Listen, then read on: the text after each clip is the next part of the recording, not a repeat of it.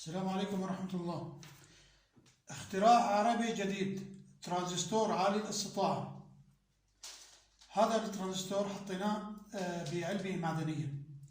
طبعا هذا هو مو حجمه الحقيقي، لأنه كتجربة أولى واختراع جديد سويناه حجمه كبير لسهولة التجريب والاختبار. راح يكون طبعا إذا تم إن شاء الله تصنيعه على المستوى التجاري راح يكون حجمه أصغر بكثير.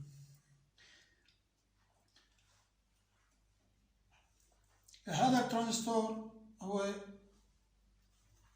في موجود له ثلاث أقطاب. هذا المنبع،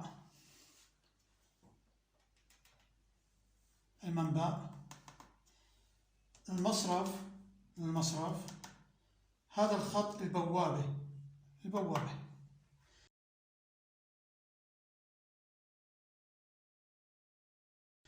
في عندنا هي دارة الدرايفر، قيادة الترانزستور. طبعا أنا عملت دارة خاصة للترانزستور، دارة درايفر أو قيادة خاصة لهذا الترانزستور. يتم التحكم بها عن طريق الميكرو كنترولر أو أردوينو. طبعا أنا هون بالتجريب أنا راح أجرب على مفتاح لحظي بدل الأردوينو. بإمكاننا نحط أردوينو أو ميكرو كنترولر خرج 5 فولت، نبضات 5 فولت، بصير يتحكم ونغير التردد كيف ما بدنا. دارة الدخل، طبعا دخل الترانزستور تيار منخفض أقل من 1 أمبير، بيعطي تيار عالي بدارة الحمل، تيارات عالية. دارة الحمل يمكن تغذيتها بمنبع متناوب أو مستمر، ما في فرق. هون عندنا فاز محرك، هي نتر. عندنا هون فاز عن طريق القاطع، موصول محرك هو المسقط نتر. عندنا هون النبضات، الدرايفر صار تحت الدرايفر. هذا ترانزستور تم تصنيعه بشركة بايسون إلكترونيك موجودة بتركيا. ميزات هذا الترانزستور أو مواصفاته: بإمكان تطبيق منبع متناوب أو مستمر، ما في فرق. يتحمل جهود وتيارات عالية، لا يتأثر أبدا بالجهود العكسية. مثل ما بنعرف أنصاف النواقل حساسة جدا للجهود العكسية والنبضات الحادة.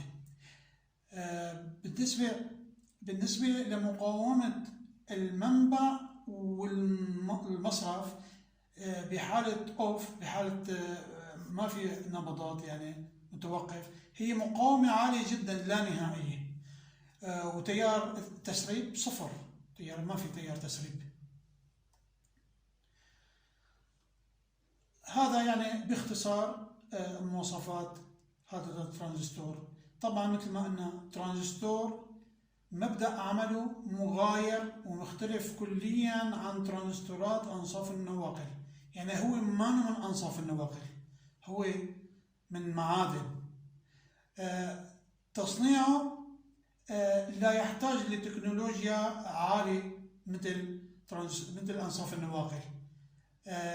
تصنيعه تم بمختبر متواضع جدا، وإن شاء الله إذا تم البدء بتصنيعه بالدول العربية والدول النامية راح بمقدور بأي دولة أو أي شخص أو فرد بإمكانه يصنع الترانزستور.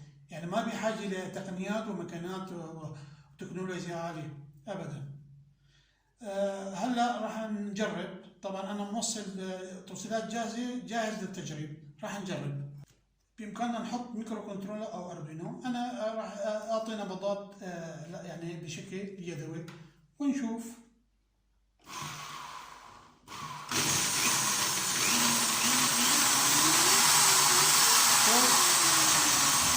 نسحب تيار عالي.